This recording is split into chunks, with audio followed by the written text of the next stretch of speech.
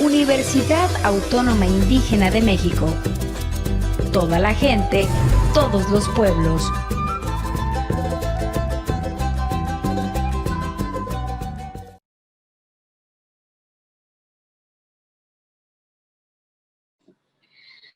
Sí, pues miren, nos toca de nuevo trabajar en esta ocasión con una materia que a mí me parece sumamente interesante y muy, muy importante para su formación como psicólogas sociales comunitarias, porque esta método de investigación que vamos a realizar es un método de investigación, digamos, está dentro de la clasificación de métodos de investigación. Sin embargo,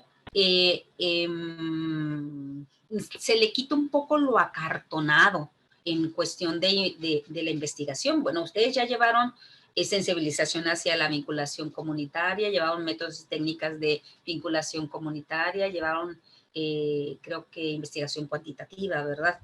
Bueno, esos tres materias forman el antecedente donde a ustedes les permite adquirir todo un bagaje conceptual, ¿no? Epistemológico y conceptual, obviamente, ¿no? Para poder entrar con esta materia, ¿sí? Eh, a veces a la investigación le pasa un poquito como a las matemáticas, ¿sí? Está estigmatizada, ¿sí? Uno dice, ay, qué aburrido. Otra materia de investigación, ¿no? Qué pereza, ¿sí? Y esto sucede básicamente, miren, a lo largo de mis años de experiencia, me ha tocado diferentes grupos que han aceptado esta materia, pues, con diversos agrados, por supuesto, ¿no?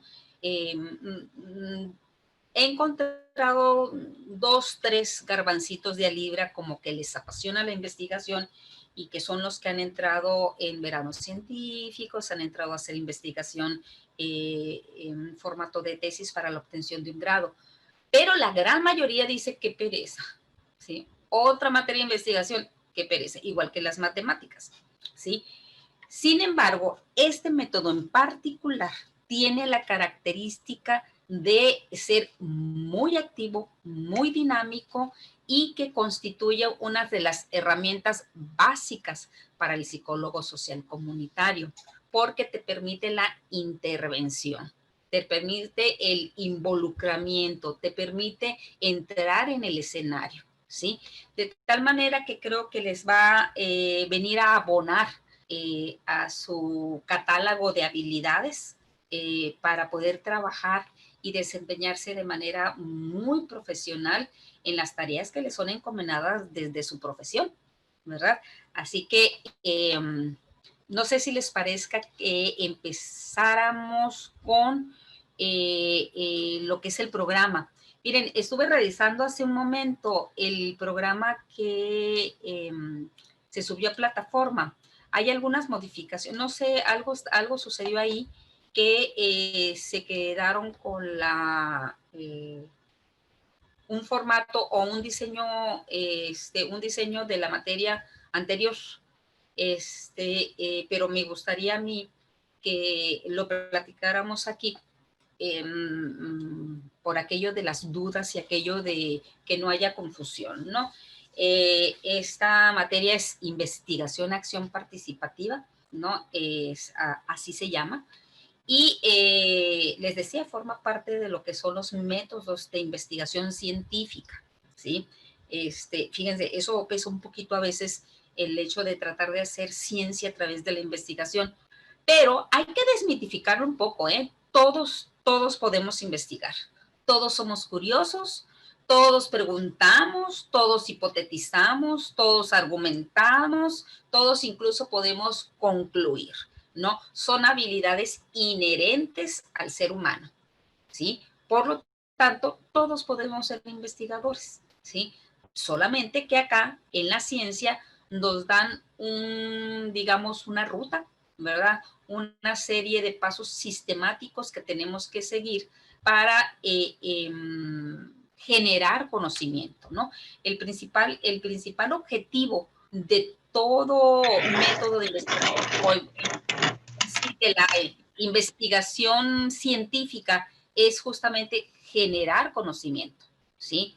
Entonces, el hecho de generar conocimiento nos posiciona en un estatus de muy buen nivel, ¿sí? Si pues no sé, recordarán ustedes que las principales quejas de los doctores en ciencia es que en México no se hace investigación, ¿sí? Es que todo lo replicamos, es que el conocimiento lo traemos, ¿verdad? Lo importamos y con todo lo que, los riesgos que eso conlleva. Acuérdense, cuando entramos dentro del modelo de competencias, ¿se acuerdan? Como modelo educativo, seguramente a ustedes les tocó, ¿no? Esa transición entre un modelo tradicional napoleónico, que fíjense, era el modelo napoleónico, un modelo francés, que ni siquiera fue generado acá, ¿no? Entonces, pero era el modelo tradicional que nosotros seguíamos, y bueno, empiezan con esto de las competencias y empiezan a decir que, bueno, había que desarrollar ciertas habilidades en los individuos para poder que se insertaran de manera exitosa en el sector productivo, ¿sí? Aún y a pesar de que en un momento dado no hubiera obtenido un título o un grado, ¿sí? Pero eso tampoco lo generamos nosotros. Eso lo copiamos del Espacio Europeo de Educación Superior. Fíjense, Espacio Europeo de Educación Superior. O sea, qué padre, ¿no? ¿Cuándo vamos a tener nosotros un espacio americano de educación superior? Digo, ni siquiera en México tenemos un espacio, ¿verdad? Que sea compatible, que sea coherente, que sea con todas las universidades, ¿no? Sí, de escuela a escuela hay programas educativos que aun cuando tienen la misma intención varían, ¿sí? Porque no es la misma que tú estés tomando psicología social comunitaria en la UAM a que lo tomes en la UNAM, ¿no? O a que lo tomes, no sé, en la UAM, ¿verdad? O en la NAWAC, no es la misma, ¿verdad? Hay evidentes diferencias, ¿sí? Cuando se supone que debería de ser en un mismo estándar, ¿sí? Entonces, a partir de lo que Europa empezó a trabajar con esto de las competencias, es que nosotros trajimos el método Tuning aquí a América Latina, para poder intentar hacer homologación de programas educativos. ¿Cuál era el objetivo? El objetivo era que pudieran ustedes como alumnos transitar entre las universidades, que pudieran tener movilidad, tanto alumnos como profesores. De tal manera que si tú dices, bueno, es que ya no puedo seguir en este sistema virtual, yo necesito un sistema presencial, porque además ya las condiciones personales cambiaron y ya creo que puedo ir, o se me ajusta más a mi esquema de conocimiento, un modelo presencial. Ustedes están en el cuarto semestre, ¿verdad? Sí. Bueno, imagínate, cuarto semestre, así, o sea, ya van bastante avanzadas. Y que tú dijeras, bueno, yo ahora me quiero cambiar a un modelo presencial y no con la UAM, si no me quiero ir a la UNAM, ¿no? Entonces, que la UNAM no te ponga ningún pero para que tú continúes, ¿no? El quinto semestre allá, ¿sí? La idea era esa, la del método Tuning y la del enfoque basado en competencias era esa, que tú te pudieras mover a lo largo de, no solamente del país, sino a lo largo de América Latina, para que pudieras transitar, igual los profesores. Bueno, pero eso no lo generamos nosotros.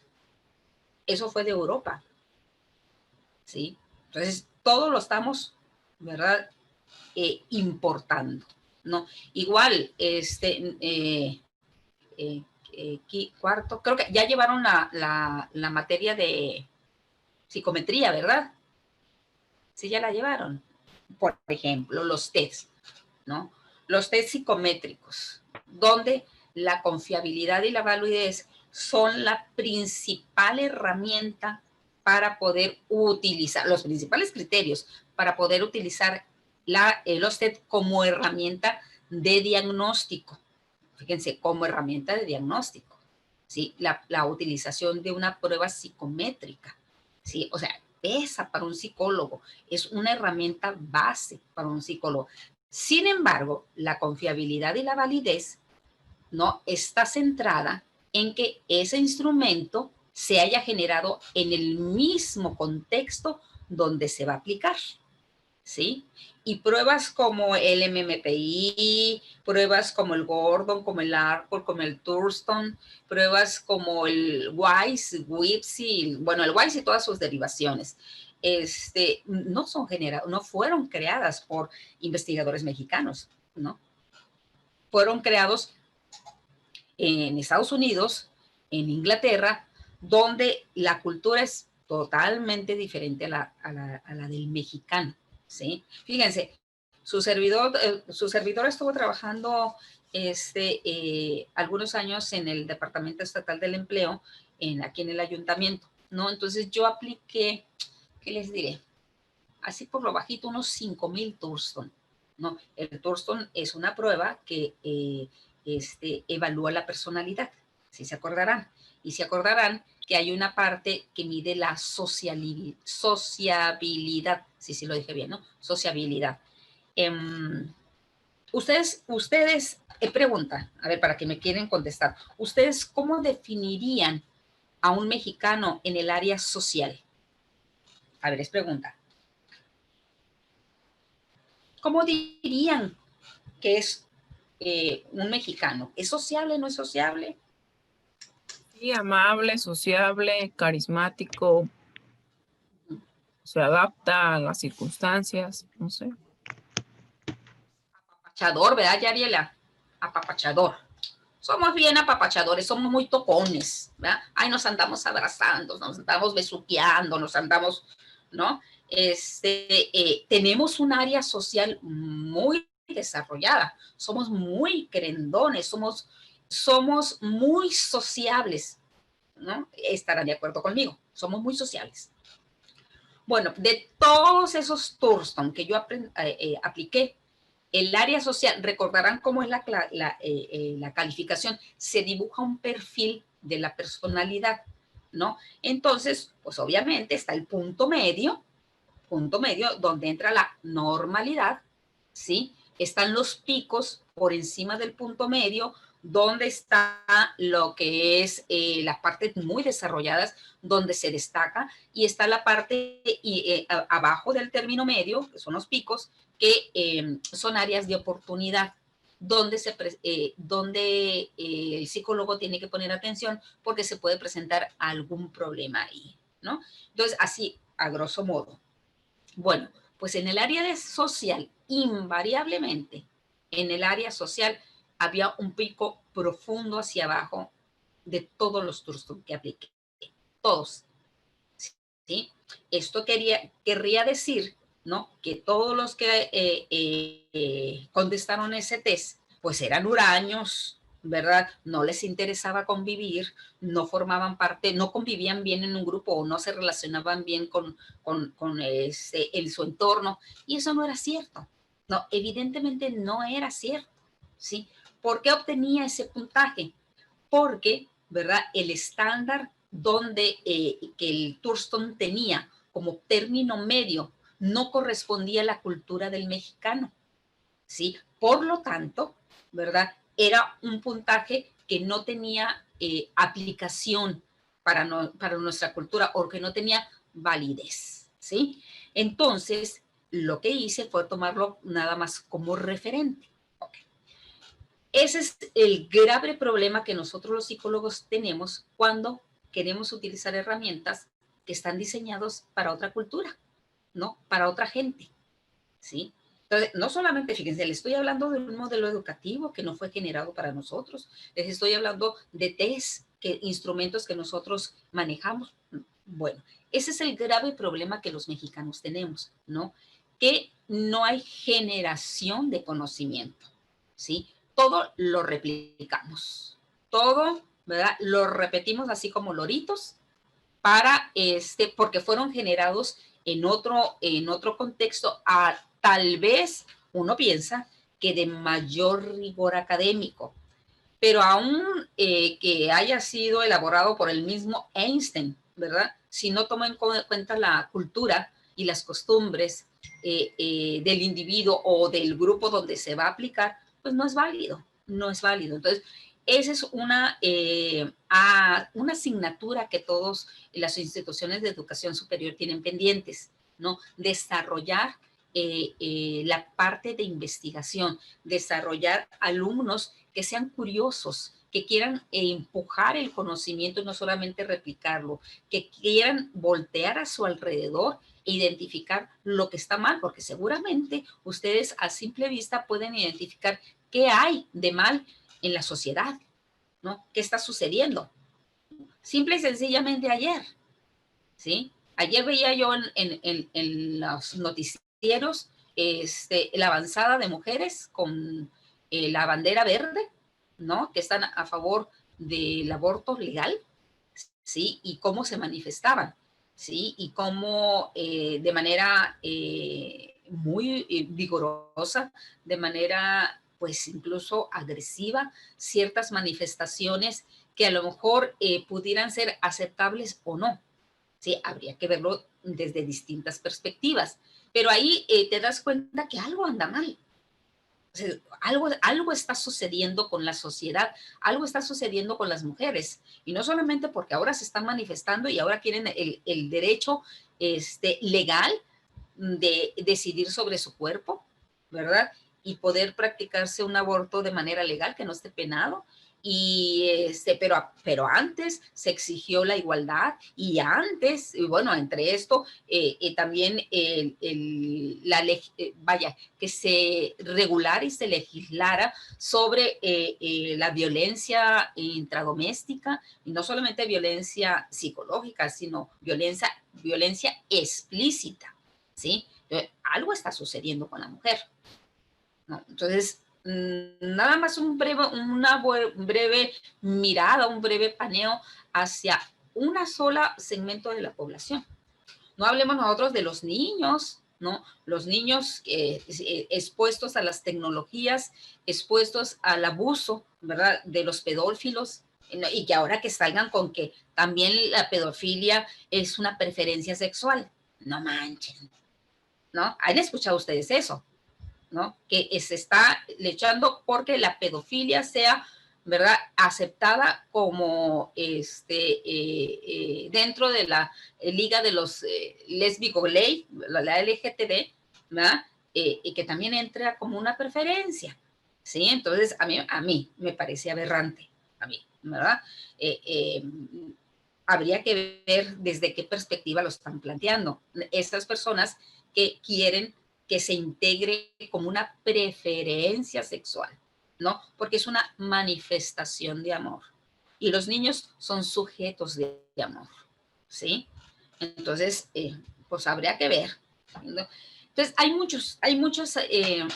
muchas situaciones que uno puede identificar de manera clara, ¿no? No digamos ahora en el contexto de la pandemia, ¿no? Aquí ustedes van a tener mucha chamba, ¿no? En este contexto de la pandemia, porque ansiedades, angustias, psicosis, esquizofrenias, y toda una serie de conductas atípicas que se están desencadenando a partir de esta situación de confinamiento, ¿sí? Entonces, hay muchos trastornos, pero ¿qué hacemos con ellos? ¿Sí?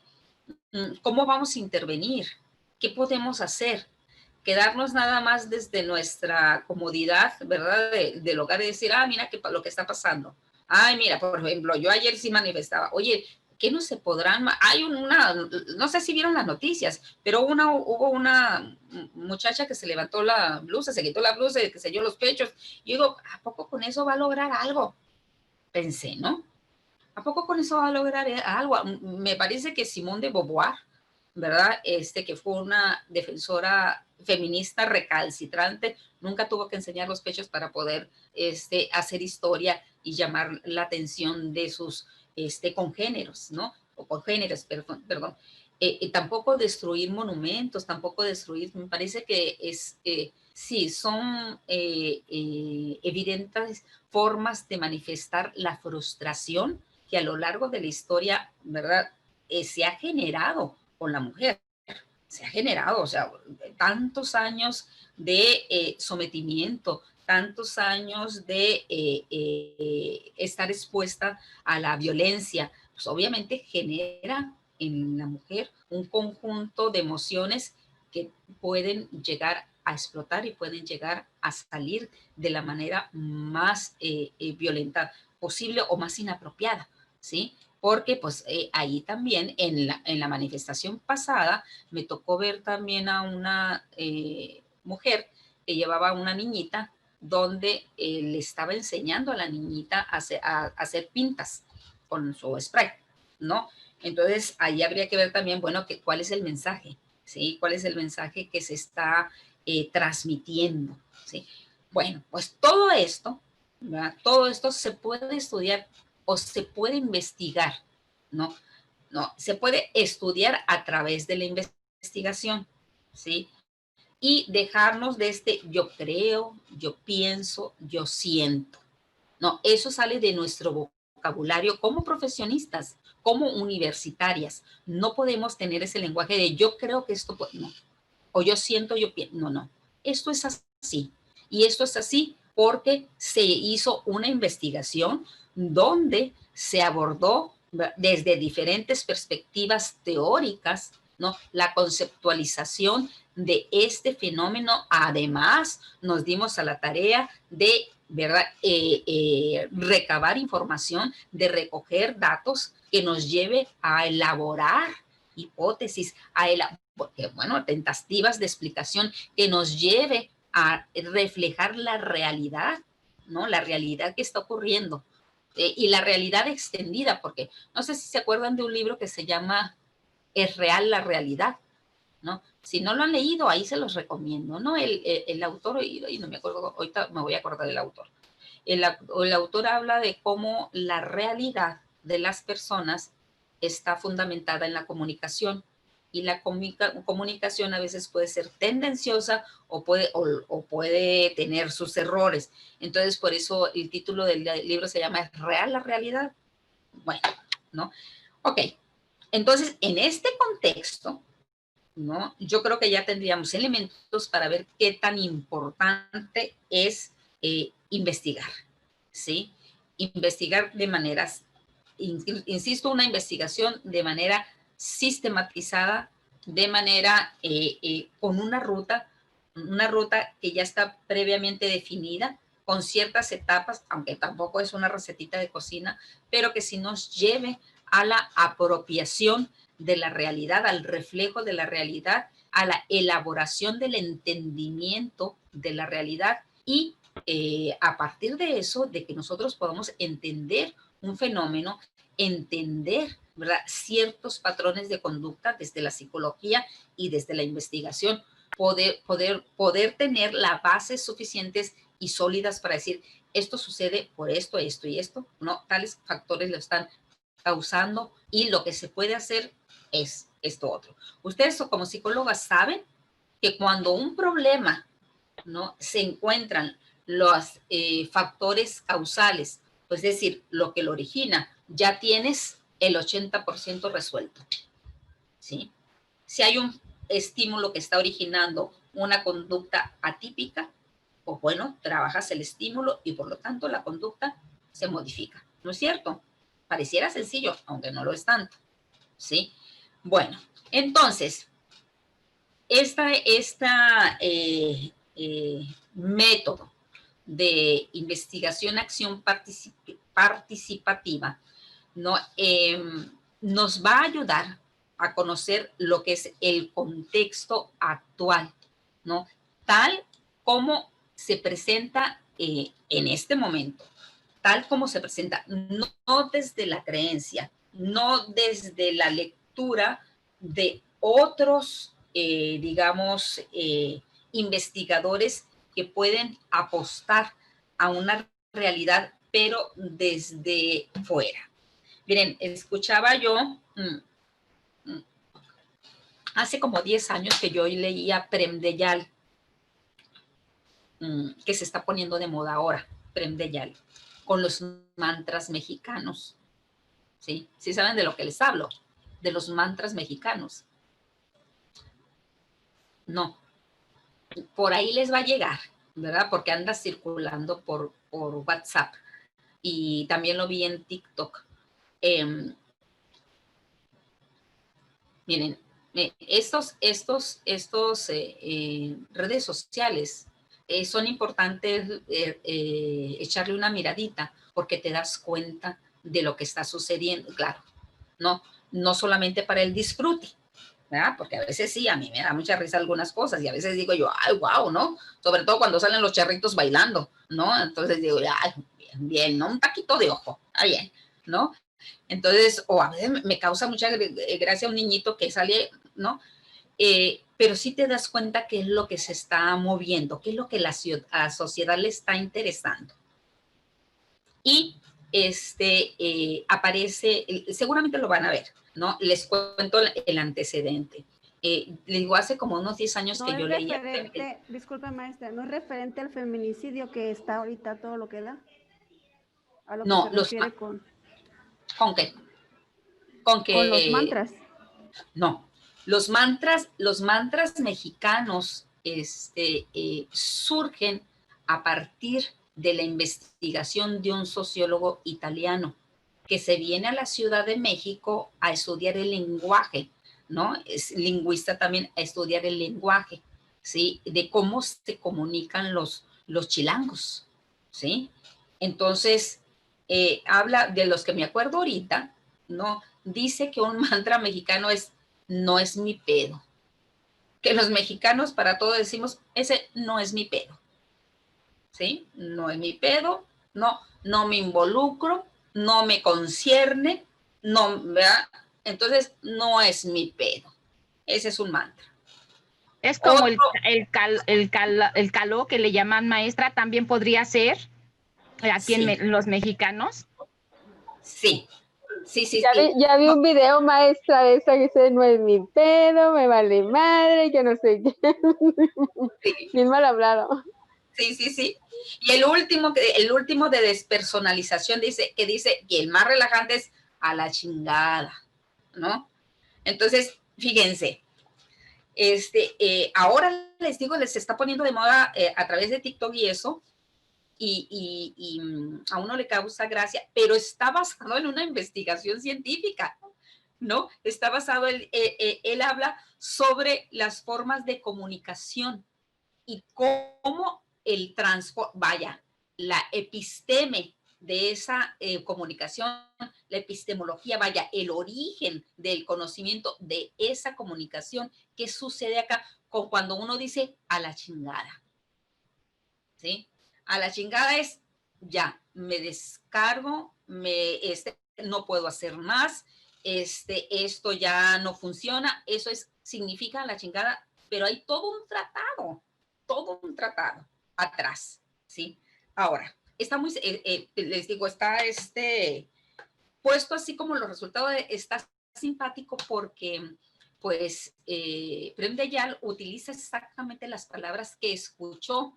Dice que en toda su investigación, que no me acuerdo cuántos años duró, las frases más recurrentes son esas, ¿no? A la chingada, no es mi pedo, ¿no? Esos son. Entonces, como digamos, la psicología que hay detrás de estos mantras. Cuando yo lo leí, yo dije, mira qué padre, ¿no? Me causó bastante gracia, qué padre está. Es más, busquen en YouTube, pónganlo así, Prem Dayal, o mantras mexicanos con Prem Dayal, para que no les salga lo que ahora anda circulando, sino les salga verdaderamente la investigación. Él da una entrevista, ¿no? Donde da una breve resumen de toda la investigación y está, aparte de que está simpática, tiene los argumentos teóricos y científicos, ¿no? De por qué llega a esa conclusión y por qué habla de los mantras mexicanos, ¿sí? Entonces, en su momento, y creo que aquí lo tengo el libro, espérenme un segundito, creo que aquí está para enseñarse lo que está simpaticísima la portada también.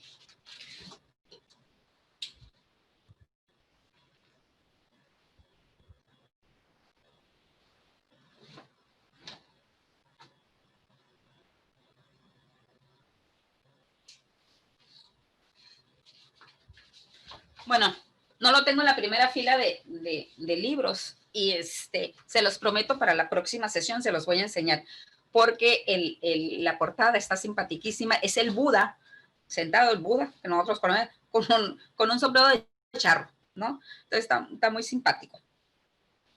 Y entonces les decía yo, en su momento, cuando yo lo leí, yo dije, qué padre está, desde el enfoque de la curiosidad investigativa de maestra, de universitaria. Yo dije, yo voy a ver, sí.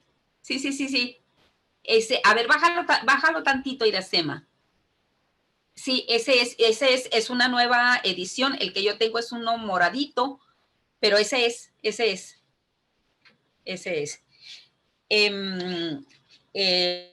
decía yo desde primero un libro, la primera lectura,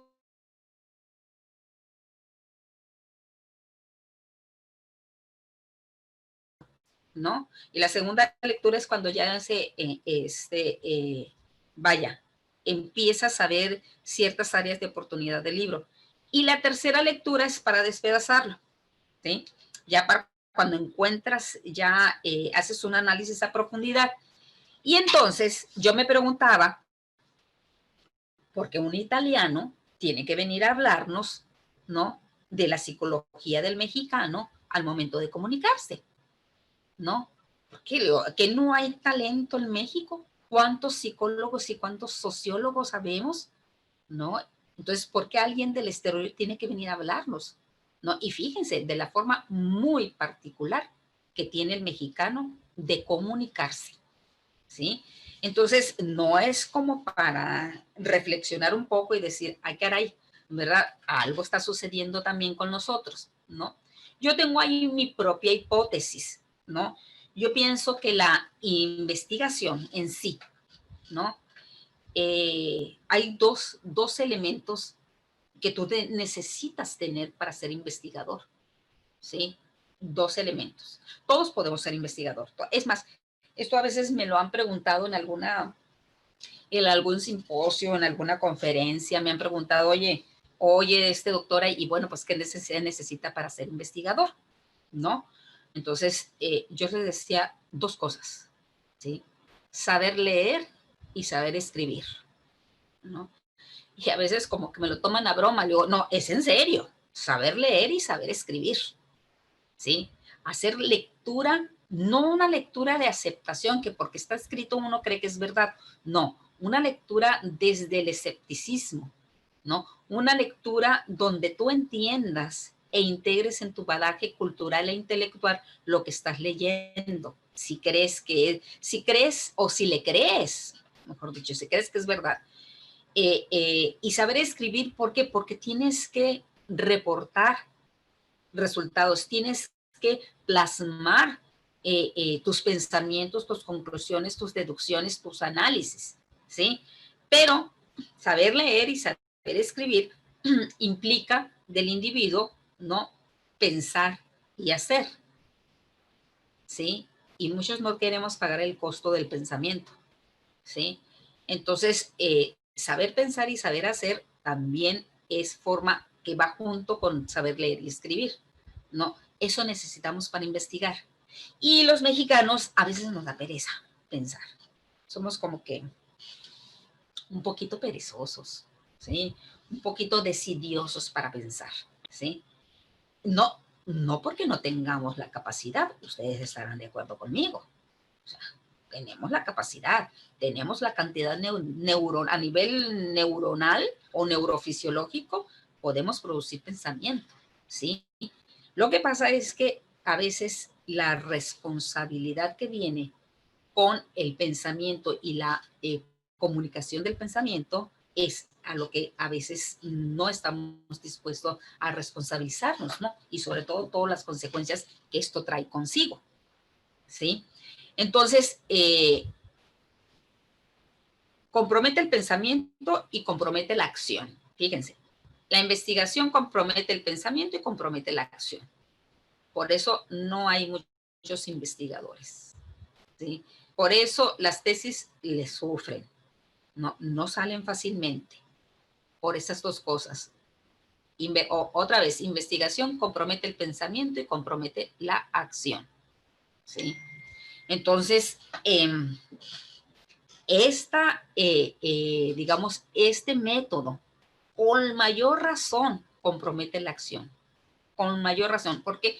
Porque es investigación, acción participativa, ¿sí?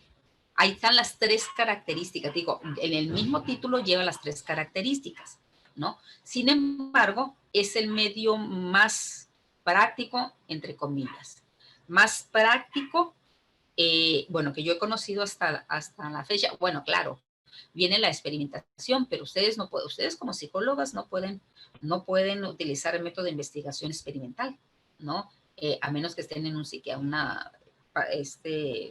psiquiátrico, cosas de esas, que aún así también en las cuestiones de las éticas te impediría hacer una investigación experimental, ¿no? Que creo que es más contundente que la investigación-acción, pero bueno, lo que tenemos es esto, ¿no? Esa investigación-acción que es propia del estudio de las ciencias sociales, ¿sí? Y que nos permite conocer el contexto actual tal como se presenta, ¿no? Puesto que pues, es una metodología de investigación y que se aplica a diversos enfoques o diversos estudios y dentro de lo que es la categoría de la realidad humana, pues hay diversos enfoques, ¿sí? Entonces, la investigación-acción nos permite esto y nos da a conocerlo todo lo que son los procedimientos específicos para llevar adelante una investigación, vaya, desde la perspectiva de un paradigma interpretativo y de un paradigma crítico, ¿sí? Entonces, no es solamente llevar a la acción, sino también interpretar, sino desarrollar.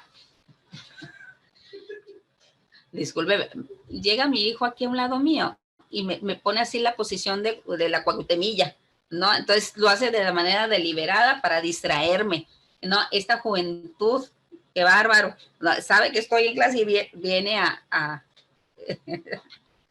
hacerme gestos aquí.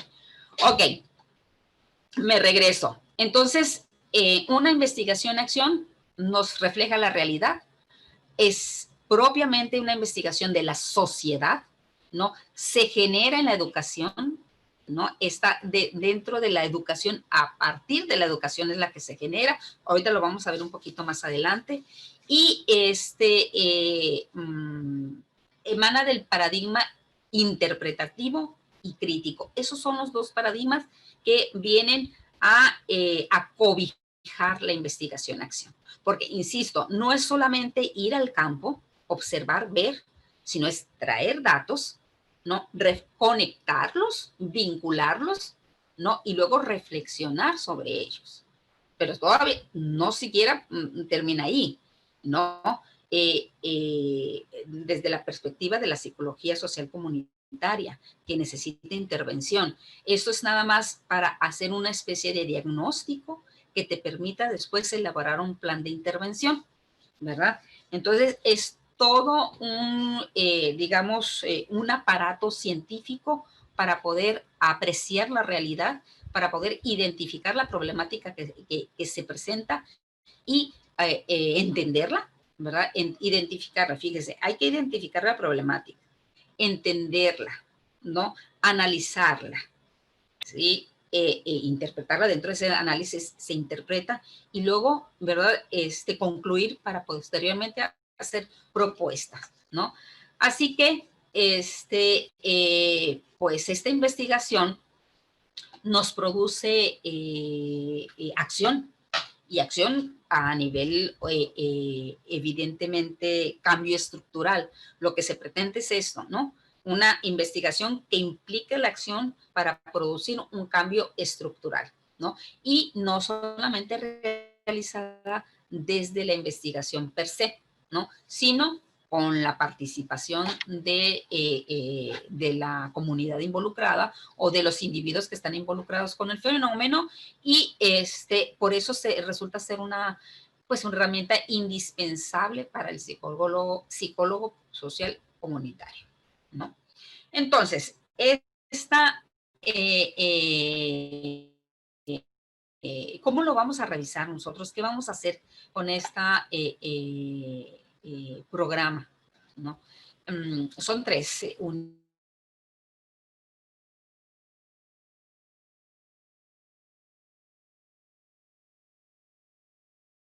Me había ido, ¿verdad?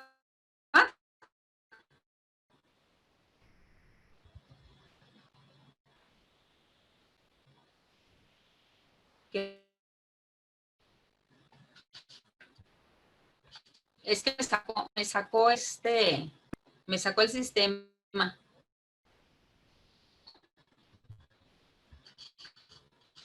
¿Sí me escuchan? ¿Sigo? Doctora. Sí, doctora.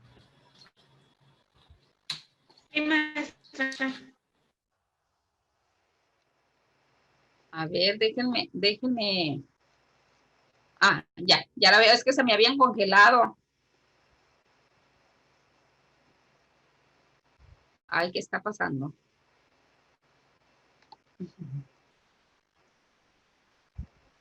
Ahí, ya las veo.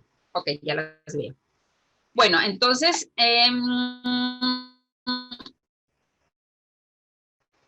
les decía, son 3 unidades, porque no nos permite el más, ¿no? 3 unidades donde en la unidad número 1 nosotros vamos a hablar sobre lo que es el origen y la naturaleza de la investigación-acción participativa, ¿no?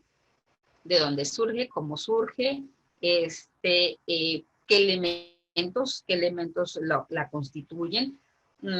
Vamos a hablar cómo a partir de lo que decía Paulo Freire, ¿verdad? Que se configuró esta método de investigación. Y luego otro colombiano, ay, ¿cómo se llama? Ahorita me acuerdo.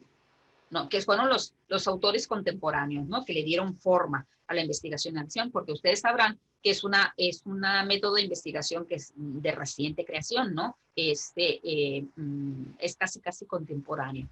Entonces, pero tuvo sus orígenes en Kurt Lewin, ¿no? Cuando él habla de, él escribe un artículo que se llama Investigación, Acción y Problemas Minoritarios, Sociales Minoritarios, algo así. Y ahí habla de cómo hay que actuar, dentro de la investigación hay que actuar, pero lo que le faltó a Kurt Lewin decir es que habría que involucrar a los elementos que forman parte de tu misma problemática, sino que lo veía desde la perspectiva del investigador, no desde la perspectiva de quien estaba viviendo la problemática, ¿no? Entonces, eso lo vamos a revisar en la unidad número 1, ¿no? La unidad número 2 nos habla de lo que son las fases, ¿no? Las fases de la investigación-acción, ¿no? Cómo se estructura, cómo se lleva a cabo una investigación-acción y vaya, nos lleva de la mano en lo que es esta metodología. Y por último, lo que son las principales técnicas de la investigación-acción, técnicas de recogida de datos, ¿no? Hay muchas, por supuesto que hay muchas, ustedes ya la conocen, ya llevaron las materias que son como que antecedentes de esta materia, pues ya llevaron mucho de lo que son las técnicas de recogida de datos, tanto a nivel cualitativo como cuantitativo, entonces ya las deben de conocer, pero aquí nosotros la vamos a revisar con el enfoque de la investigación-acción, ¿no? Bueno, de tal manera que con esto pretendemos que ustedes tengan todo lo que son los aspectos argumentativos para identificar una investigación-acción y también identificar que es un método de investigación muy relevante para la generación de conocimiento y también pues una herramienta imprescindible para el quehacer profesional de la psicología social comunitaria, ¿no? Entonces, ahí en plataforma, pues hay diversas actividades con las que se van a evaluar. Bueno, lo que sí les quiero hacer el comentario y la aclaración es que cada una de estas actividades que ustedes van a realizar se van eslabonando, así que ojo con ello, ¿no? Las actividades de la unidad 1 se van a eslabonar con la actividad 2 y la de las 2 con la unidad 3, ¿sí? De tal manera que el entregable al final, o sea, el documento con el que se va a evaluar, que tiene carácter acreditatorio, va a ser un documento integrado, ¿sí? Por todas estas actividades que fueron realizando en lo que es el desarrollo de cada una de las unidades, ¿no? Nosotros nos vamos a quedar en términos normales, ¿verdad? Tendríamos que haber llevado a la práctica todo lo que son las fases de la investigación-acción, o sea, que es el diagnóstico, la planificación, la intervención, las evaluaciones y las conclusiones. Estas son las etapas. Deberíamos habernos llevado a la práctica, pero por el confinamiento, por la contingencia y esto de que todavía nos tenemos que cuidar, ¿verdad? Porque todavía no estamos exentos no ha llegado la vacuna y bueno, exentos del contagio del coronavirus. Entonces, como todavía nos tenemos que tener ciertas precauciones, nos vamos a quedar a nivel de protocolo, ¿sí? Vamos a elaborar un protocolo desde la investigación-acción, ¿sí? De tal manera que nos vamos a quedar solamente en el diseño, solo en el diseño, ¿sí? Ustedes van a desarrollar un protocolo de investigación, ¿no? Con este método de investigación-acción, ¿sí? Ojo con eso porque nos vamos a ir eslabonando, ¿no? Y pues bueno, ustedes también, por ejemplo, de las principales técnicas para la recogida de datos, nosotros vamos a revisar la observación participante, la entrevista a profundidad y el grupo focal, ¿no? No sé si las tres ya las hayan desarrollado en las otras materias. Bueno, no sé, ustedes ya debieron haber llegado a la entrevista clínica, ¿no? La entrevista desde el corte de la investigación es un poquito diferente, pero una entrevista es una entrevista, ¿no? A final de cuentas ya llevan el conocimiento. Entonces, con estas tres técnicas que vamos a revisar, ustedes no se pueden llevar a la práctica, con lo que nos vamos a quedar es con el diseño de esta técnica de recogida de datos.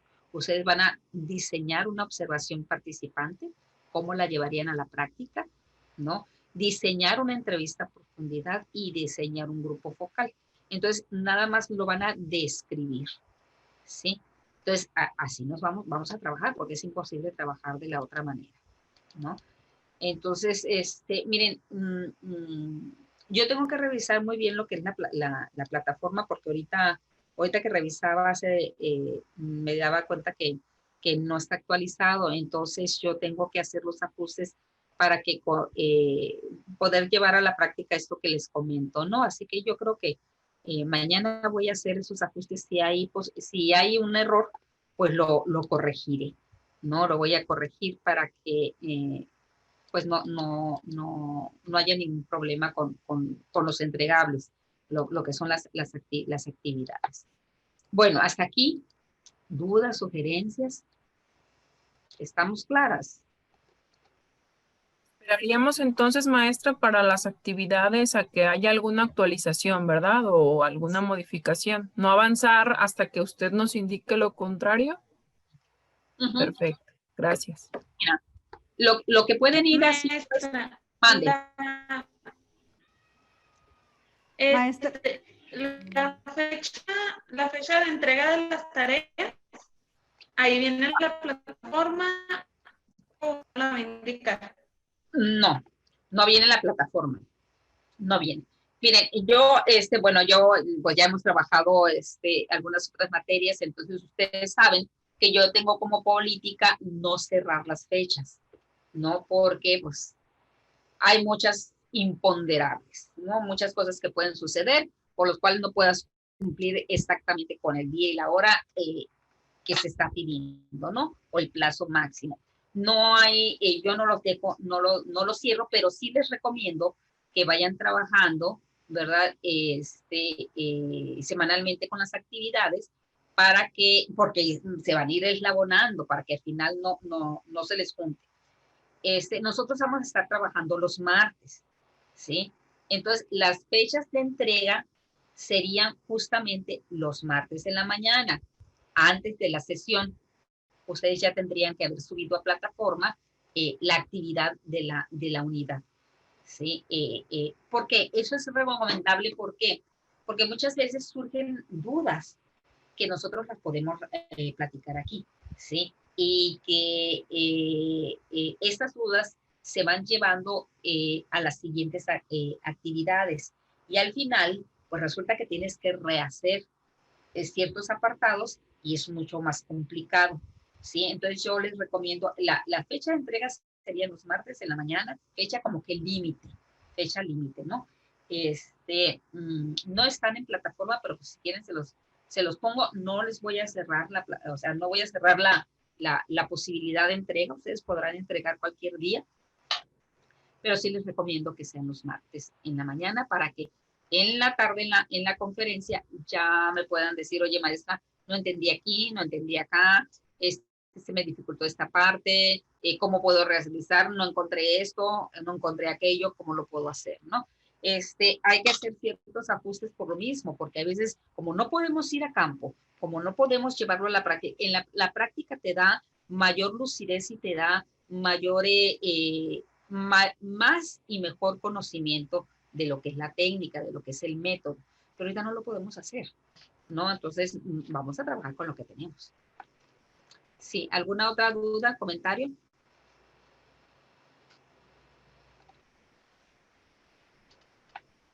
En algún trabajo que tengamos que hacer, lo del foro académico, ¿lo podemos hacer también, maestra?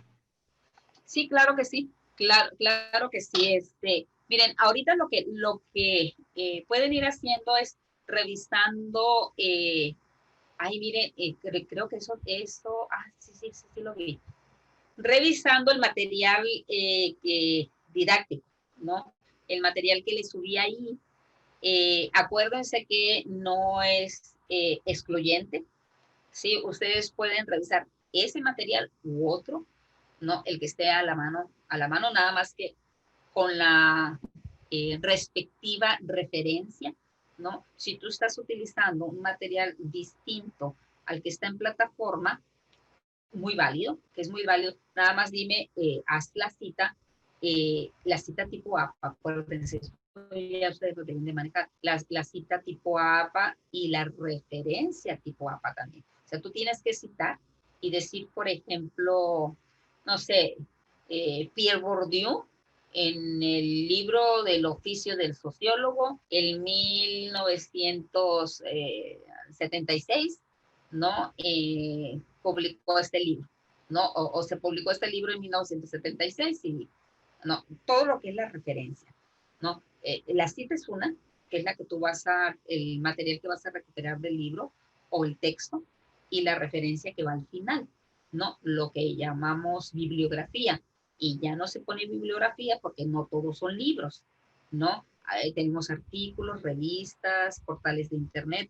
Por eso ahora decimos que son referencias, ¿no? Al final vienen las referencias de dónde te apoyaste para la construcción del documento, ¿sí? Entonces, en eso pueden ir trabajando en la lectura. Es una lectura ligera, no es una lectura así muy, muy complicada, ¿sí? Y yo creo que mañana revisaré ya de manera más puntual las actividades que están ahí, porque creo que se quedó con el modelo anterior. Sí, no estoy segura, pero sí se quedó con el modelo anterior. Bueno, ¿alguna otra? ¿No? Bueno, entonces, pues empezaríamos por preguntarnos qué es la investigación acción participativa. ¿Qué es? ¿A qué se refiere? ¿No? ¿De qué se trata esto? ¿No? Es una buena pregunta para iniciar, ¿no? Entonces, esto pues es una metodología. Investigación acción es una metodología que se aplica a los estudios sobre las realidades sobre el ser humano y su realidad, ¿no? En la cual se hace referencia a los procedimientos específicos, todo lo que es el procedimiento para llevar adelante una investigación, ¿no? Que es diferente a la tradicional. Es una investigación científica, no le quita nada de cientificidad, ¿no? Pero es diferente a la tradicional. Y hago esa aclaración porque los detractores de este método dicen que no es ciencia, ¿no? Que está como que muy light, que está, vaya, cuestionan la confiabilidad y cuestionan la validez de este método. Sin embargo, es un método reconocido como método científico, ¿no? Distinto, no tradicional, es distinto, porque viene desde la investigación cualitativa. Acuérdense, ustedes ya llevaron una investigación cuantitativa, y la investigación cuantitativa es la que se ha reconocido como ciencia por muchos años, ¿no? Porque ciencia solamente es aquello que es observable, medible, cuantificable, ¿no? Y reproducible, ¿sí? Por eso las ciencias exactas como la física, la química, la matemática, no se cuestionan si son ciencia o no, porque se pueden someter a comprobación y se comprueban o no, pero hay elementos muy contundentes, ¿no? Sin embargo, la investigación cualitativa, que también sufre este tipo de críticas, va un poco más allá de lo que es el simple número, de lo que es el dato observado, cuantificado, sino que viene a ir más allá porque por la interpretación. Y fíjense, la investigación cualitativa surge a raíz de los censos, ¿no? De decir, bueno, el 90% de la población de los Mochis tiene educación básica, ¿sí? Tiene una educación básica, no ha llegado a la educación superior, sin embargo, sí tiene la educación básica, ¿no? Y uno decía, pues, chido, y no, al más oscuro estilo de la Lucerito, ¿y eso qué? ¿No? ¿Qué significa? ¿Para qué quiero yo ese dato? ¿Para qué me sirve? Bueno, pues a partir de eso, de esa reflexión vino la investigación cualitativa. Dice, bueno, ok, este dato te sirve para que tú veas que el segmento de esta población va a venirse a incrustar en el sector productivo, ¿no? Y qué habilidades, ahora, qué competencias, diríamos ahora, qué competencias tiene desarrolladas, ¿sí? Aquí quien tiene educación básica, acuérdense que la educación básica ahora concluye hasta la prepa, ¿no? Antes era nada más primaria y secundaria, ahora ya hace rato que es también preparatoria. Bueno, quiere decir que las competencias básicas que se desarrollaron en la preparatoria son las únicas que se tiene, que no hay competencias de especialización.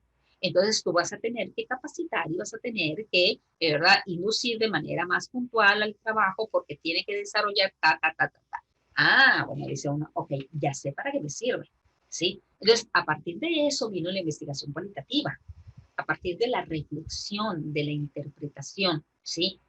Que esto es lo que tiene la investigación-acción, ¿sí?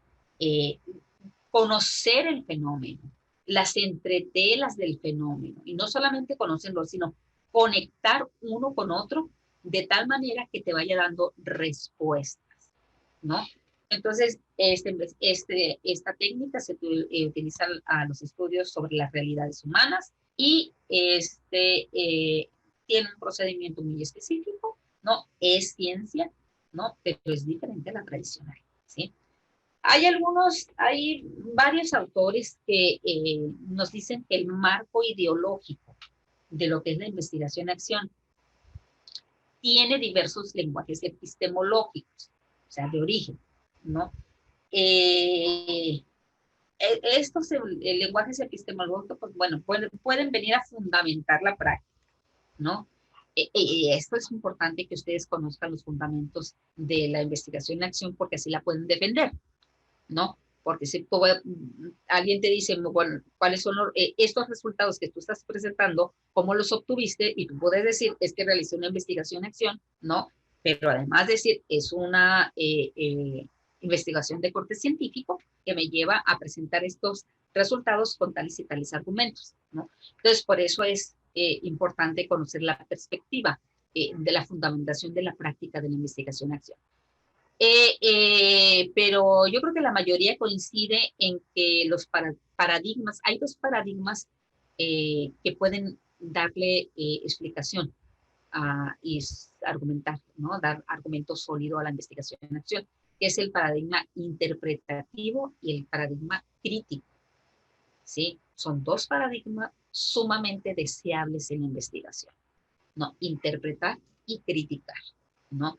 La crítica viene cuando las cosas no están sucediendo de acuerdo a un parámetro que se tiene. Y los parámetros que se tienen generalmente son las leyes, son las leyes establecidas por los individuos, obviamente, ¿no? Pero también las leyes que regulan los organismos internacionales, ¿sí? Porque, por ejemplo, hace un momento que hablábamos sobre el modelo Turing, ¿no? El modelo Turing que fue, digamos, la epísteme del método por competencia, ¿no?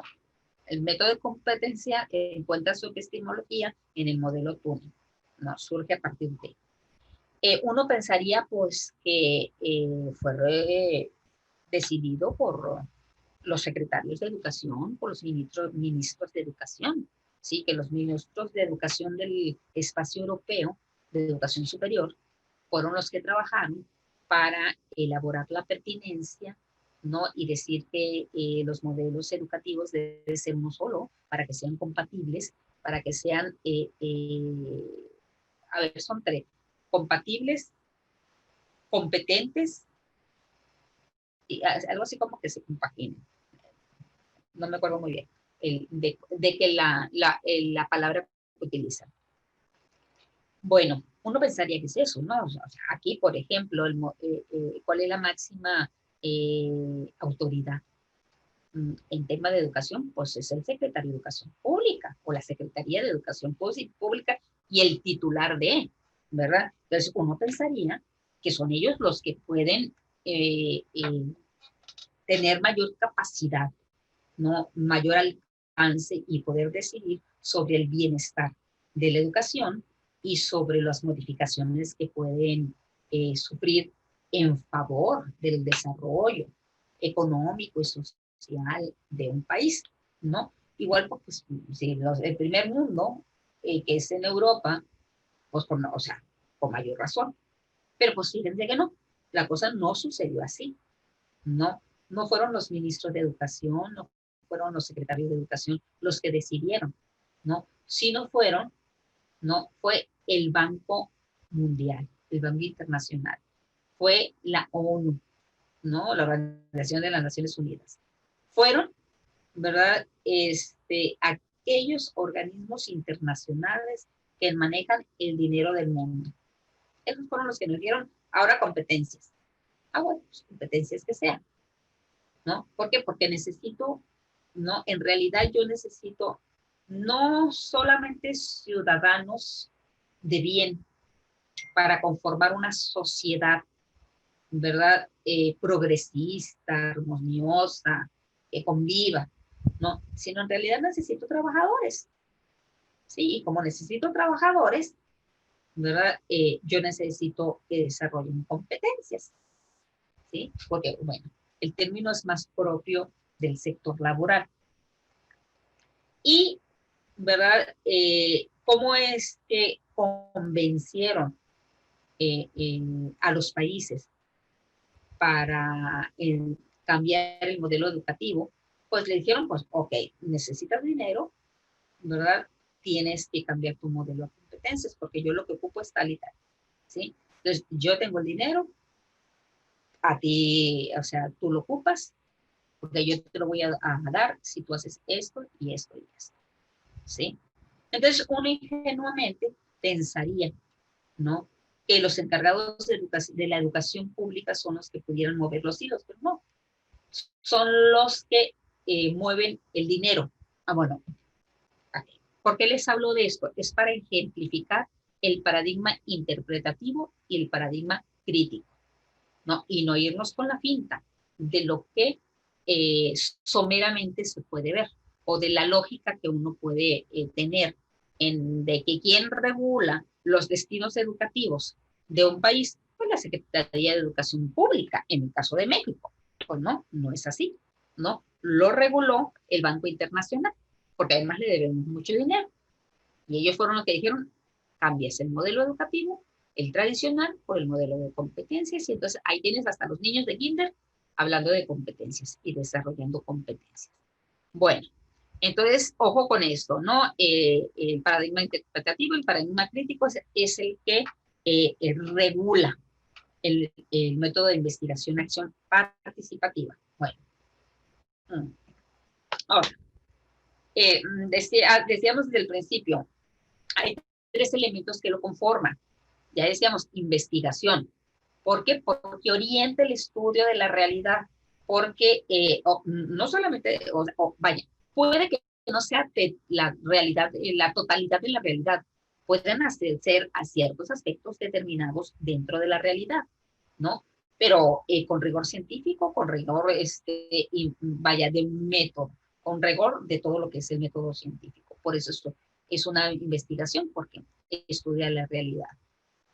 Y esa acción, porque pues la produce, ¿no? Conduce hacia lo que es un cambio estructural, aun cuando no es la finalidad última de la investigación, sí representa como que una fuente muy relevante de conocimiento, ¿no? Al tiempo que también viene a propiciar lo que es la realización de los estudios y también la intervención, ¿sí? Entonces, la investigación-acción no solamente implica acción del investigador, sino que motiva a la acción de los involucrados con el fenómeno estudiado. Nosotros podemos hablar de comunidades por el área de intervención de ustedes, ¿no? Entonces, bueno, produce la acción de una comunidad, ¿sí? Y es participativa porque tiene un espacio muy dinámico en el que se reflexiona, en el que se actúa de manera colectiva, ¿no? No solamente uno como individuo y como investigador o como líder del estudio, sino que también lleva hacia lo que es la reflexión y la acción colectiva, bueno, relacionado con los aspectos que ya definimos, de aspectos problemáticos, ¿no? Y se identifica todo lo que es el interés y cómo afecta esa problemática para la comunidad y para ellos mismos, ¿no? Ahí, en realidad, ahí estriba el valor de este método. Ya les comentaba hace rato, ¿no? Cuando Kurt Lewin hablaba de investigación-acción, solamente hablaba desde la perspectiva del investigador. Decía, hay que investigar para llevar a la acción, pero solamente de manera muy unidireccional. Ya cuando viene Freire, ella dice, ok, sí, pero esta investigación-acción tiene que ser participativa, porque los individuos de la comunidad tienen que participar en la investigación, no como sujetos de investigación, sino como sujetos participantes dentro del fenómeno que se está investigando, ¿sí? Por ejemplo, si vamos a investigar a la mujer, bueno, pues nosotros somos mujeres, nos incluye, nos involucra, ¿sí? Vamos a decir, bueno, vamos a hacer una investigación sobre el perfil perfil psicológico de las estudiantes de psicología social comunitaria. ¿Qué perfil psicológico tienen? ¿No? Entonces, si quisiéramos hacer nosotros esa investigación, pues nos involucra a todas. Todas tendríamos que estar participando y tendríamos que estar tratando de definir cuál es el perfil que es más, digamos, más ad hoc, o cuál es el perfil que nosotros presentamos, y si se encamina o se apareja hacia el perfil que la misma profesión tiene, digamos, porque la profesión tiene un perfil psicológico, ¿no? Ahora, que nosotros lo tengamos o no, o vayamos en la misma dirección, pues es otra cosa, ¿sí? Entonces, por eso ahí estriba la importancia de la investigación, porque nos involucra al investigador como guía, pero involucra a los sujetos que forman parte de la problemática, los involucra en la acción y los involucra en la reflexión y en la crítica y en el análisis, ¿sí? Bueno, Orlando Valls se llama el colombiano, Orlando Valls. Era Paulo Freire y Orlando, que son los contemporáneos, ¿sí? Antes ya decía Kurt Lewin. De hecho, a Kurt Lewin se le considera como que el padre del método de investigación y acción. Pero tal como lo conocemos ahora, los que realmente vinieron a transformarlo, ¿no? Y a posicionarlo son Paulo Freire y Orlando Valls. Paulo Freire, sobre todo a partir del libro que escribió o donde habla sobre la educación bancaria, ¿no se acuerdan? Donde habla Paulo Freire sobre la educación bancaria. Pedagogía para el oprimido. No, si no la ha leído, léanlo. Acuérdense que Paulo Freire, por andar escribiendo sus ideas, fue expulsado de Brasil. Lo expulsaron de su país. Después, ya por el transcurso del año, ya lo mandaron llamar y le pidieron perdón, ¿no? Y regresó como de 10 años después, pero sí fue considerado como una especie de agitador social, porque él hablaba de la pedagogía del oprimido, ¿no? O sea, así como que campaña política de primero los pobres, no sé a quién les suena, de primero los pobres, ¿no? Pues él decía también, bueno, es que los pobres tienen que tener su propia pedagogía. Los pobres también tienen la capacidad intelectual como para hacer un estudio y ver por qué están en la situación en la que están, ¿no? Y si realmente esto viene a ser consecuencia de falta de oportunidades del gobierno, ¿sí? Entonces, escribió todo un tratado de la pedagogía del oprimido, Paulo Freire. Entonces, estos dos son los que se les considera como, así como los desarrolladores, ¿no? Y en realidad no comienza este método dentro de una comunidad, sino empieza dentro del contexto de la educación, ¿no? Había una crítica muy fuerte hacia los modelos de enseñanza y a la forma de producir conocimiento, ¿no? Entonces, incluso críticas muy fuertes al mismo, el mismo conocimiento que se replega hacia lo que es nada más la apreciación conceptual y no se lleva a la realidad práctica, ¿no? Por lo tanto, no hay transformación de la sociedad si no se lleva a la realidad práctica. Entonces, sí, yo bueno, cuando yo recién empecé con la docencia, una de las críticas, bueno, no era crítica, era como queja de los alumnos universitarios, es que, esto esté bien, maestra, ¿no? Es mucha teoría y poca práctica, ¿no? Demasiada teoría y poca práctica. Entonces, el alumno sentía que debería de haber más práctica, deberías de enfrentarte más con la realidad y no con el deber ser. Yo les decía, bueno, ok, vete a la práctica, está bien, pero ¿cómo te vas a dar cuenta si eso está bien o está mal? ¿Sí?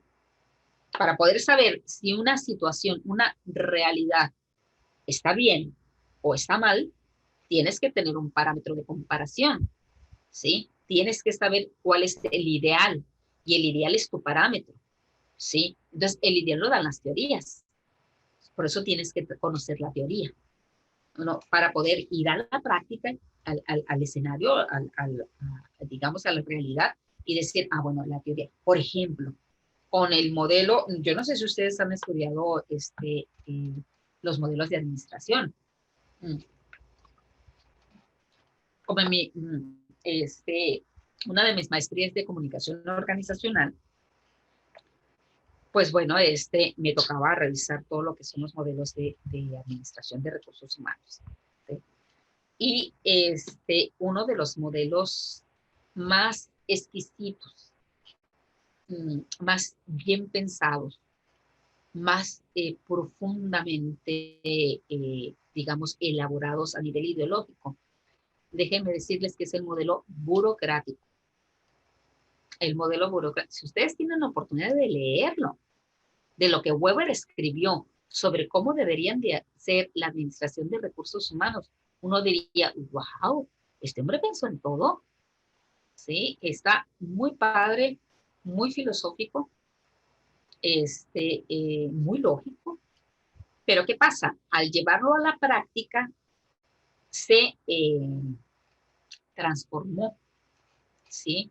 Se fue desdibujando hasta incluso convertirse la palabra casi en peyorativa. Digo, porque si te dicen eres un burócrata o qué burocrático, como que dices, la burocracia es sinónimo de ineficiencia. Sí, es como que me están, no sé si sentirme mal o ofendido porque me digan burócrata, ¿no?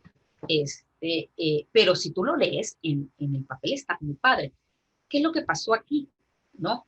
Bueno, que lo que pensó Weber, ¿no? A cómo se presentó en la realidad fue totalmente diferente, ¿sí? Bueno, entonces esa era otra de las factores que vinieron a hacer un ajuste en este método de investigación, porque decía, bueno, necesitamos, ¿no? Involucrar a la comunidad, necesitamos conocer la perspectiva del que vive, del que le duele, del que lo sufre o del que lo goza, ¿no? Hablando de un fenómeno de estudio, ¿no? Y saber cómo se puede, para poder incidir sobre esa realidad, ¿no? Reestructurar o transformar la sociedad. Pero eso venía les comento, desde la educación, desde la parte, la queja de que era todo muy teórico y nada práctico, ¿no?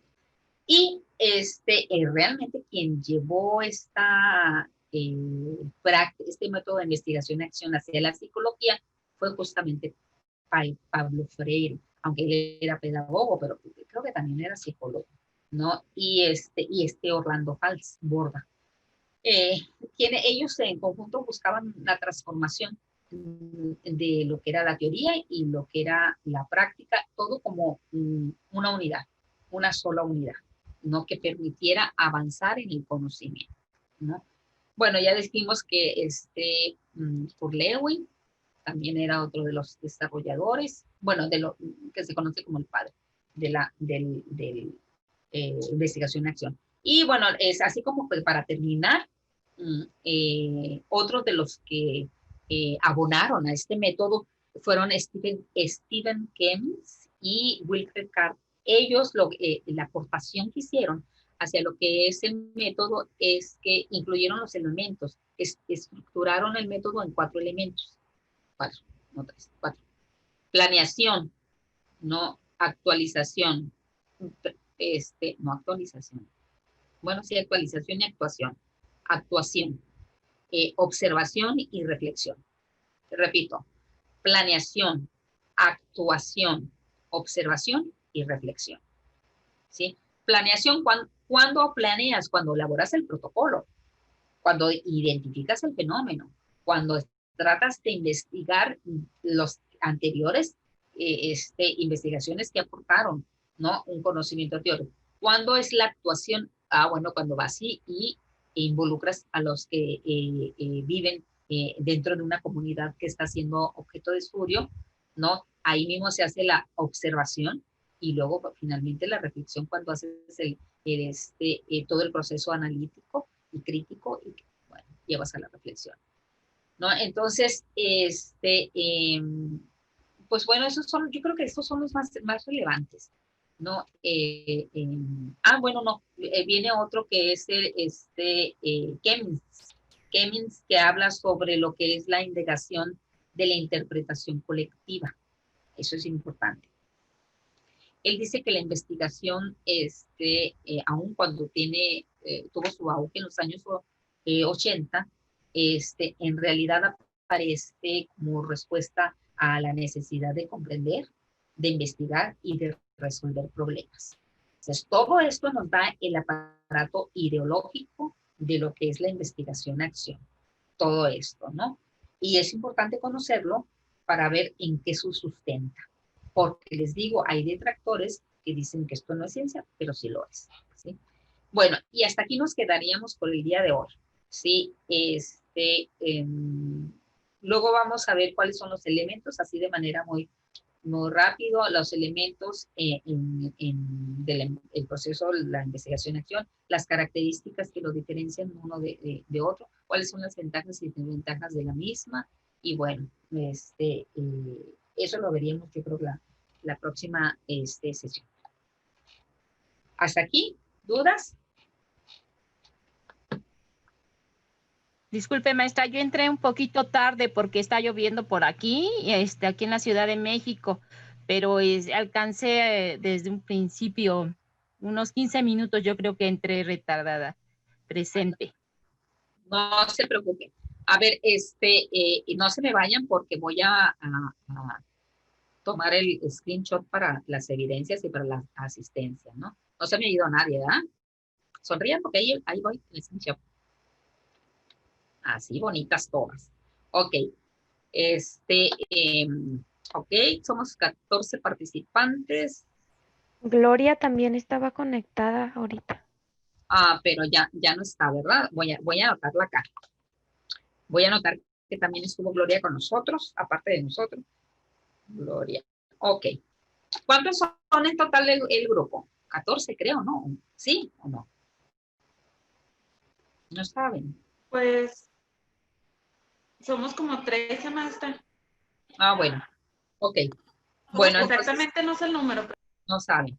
Ok, yo lo investigo, voy a ver quiénes están, cómo están inscritas y ya veo, para ver no se me vaya a escapar alguna. Entonces, ¿quién me dijeron que estaba ahorita conectada? ¿Cómo se llama? Gloria. La doctora, la maestra Clarisa, que somos 15, aquí en el chat. Ok, somos 15, bueno, ok, está bien, aquí estamos, o sea, me faltan 2, Gloria y otra persona más, ¿verdad? Bueno, pero a Gloria sí le voy a dar la asistencia. Ok, chicas, entonces nos vemos el próximo martes, con el favor de Dios. Vayan, por favor, revisando los documentos que les subí ahí. Igual si tienen alguna duda o algún comentario, pues estoy en el WhatsApp. Me mandan un mensajito y ahí nos comunicamos. ¿Vale? Muchas gracias, maestra. Cuídese gracias, mucho. Maestra. Hasta luego. Nos vemos. Hasta luego. Gracias, maestra. Cuídense todas. Hasta luego. Hasta luego. Hasta luego, compañeras.